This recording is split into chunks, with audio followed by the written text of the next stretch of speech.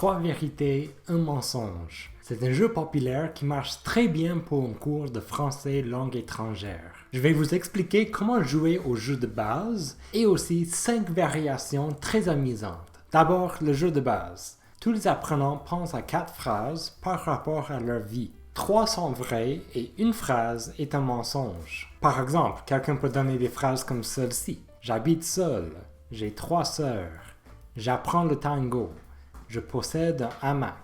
Une personne commence en nommant toutes ces phrases. Les autres posent des questions pour avoir plus d'informations. C'est en analysant les réponses, s'ils ont du sens, s'il y a des hésitations, que les autres essaient de décider ce qui est le mensonge. Après plusieurs minutes de questions, les apprenants votent pour la phrase qui est le mensonge, selon eux. La personne qui a répondu aux questions révèle finalement ce qui était faux. Cette personne reçoit un point pour chaque personne qui a deviné qu'une autre phrase était le mensonge. Continuez avec les autres apprenants. La personne avec le plus de points à la fin gagne. Comme vous voyez, c'est une façon très facile et amusante de faire parler vos apprenants. Et si vous apprenez le français avec des amis, vous pouvez facilement jouer à ça entre amis. Maintenant, les variations.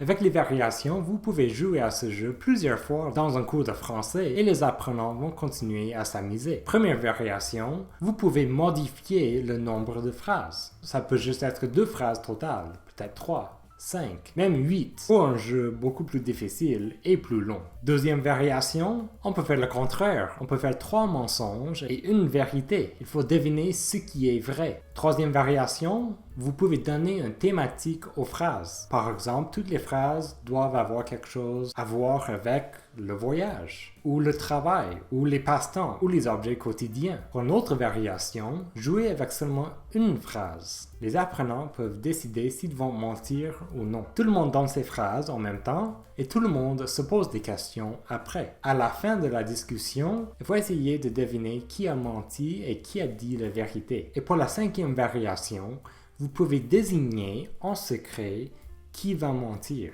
Encore, tout le monde donne une phrase, comme la 4e variation, mais c'est seulement une personne qui va mentir, la personne que vous avez désignée. Après la discussion, tout le monde vote pour la personne qui ment, selon eux. Si la majorité choisit la bonne personne, le groupe gagne, sinon le menteur gagne. Essayez ce jeu avec votre cours de français ou même entre amis et mettez dans les commentaires comment vous avez aimé ce jeu. Et allez sur ma chaîne et mon blog pour découvrir d'autres activités pédagogiques pour des cours de français langue étrangère.